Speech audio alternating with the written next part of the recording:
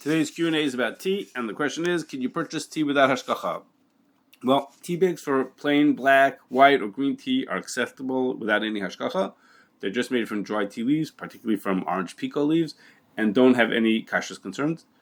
It's also okay to buy them in decaffeinated form, except that for Pesach, the decaf version has to have hashgacha to make sure that they didn't use a chametz-based solvent to get the caffeine out of the leaves.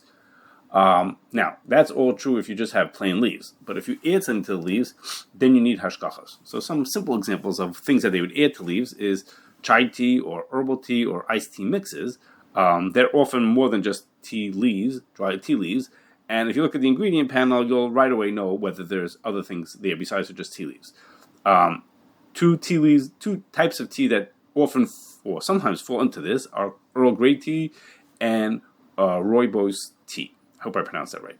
The classic, original Earl Grey tea is made by adding bergamot oil, which comes from a type of an orange, to black tea. And if those are the only ingredients, then it's fine. You could use it without hashgacha. However, some manufacturers add a bergamot flavor or other ingredients into their tea, and in those cases, it does need hashgacha. Now, rooibos tea is made from the leaves of a certain botanical, and it actually has no caffeine in it also, and that would be fine in and of itself. But if it has other ingredients added to it, which is common, then it needs to have hashgacha because of those other ingredients. Now, all of this that we've been talking is about tea leaves or tea bags, where you turn it into a beverage. You take this dry product and made it into the beverage that you're going to drink. It's not true, or what I said until now was not, any kulas I said were not true for a ready-to-drink tea beverage. So even if the ingredients are 100% kosher, there's a possibility that either they were processed on equipment that's used for non-kosher beverages, like if you're buying a bottled drink, or if you're buying it in like a Starbucks or some other retail store, then there's concerns that whatever they used to make that tea was that equipment, the utensils, were washed with other non-kosher utensils. So, therefore, tea that's already in a beverage form should only be bought with hashgacha or under direction of somebody who really understands what he's doing to tell you that in a specific case might be okay to buy it.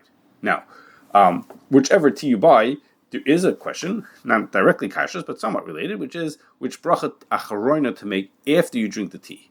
So, on the one hand, the general rule is you only, if you drink a liquid, you only recite a bracha acharona if you drank a revius, which is about 3 ounces, and you have to do that within a couple of seconds. Okay, now that's not possible for hot tea, for most people anyhow, to drink a revius in a couple of seconds.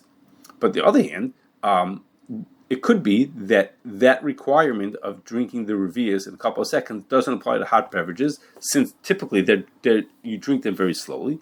And some say that when drinking, you only have to finish in a couple of minutes, 3 to 4 minutes, like rather than a couple of seconds. Okay, so those are two possible reasons why it might be okay to make a bracha acharona even if you had a hot tea and you drank it a little more slowly. So Mishabur says that the bottom line is you should not recite a bracha acharona on a hot tea or any other beverage for that matter, unless you drink the revius in a couple of seconds.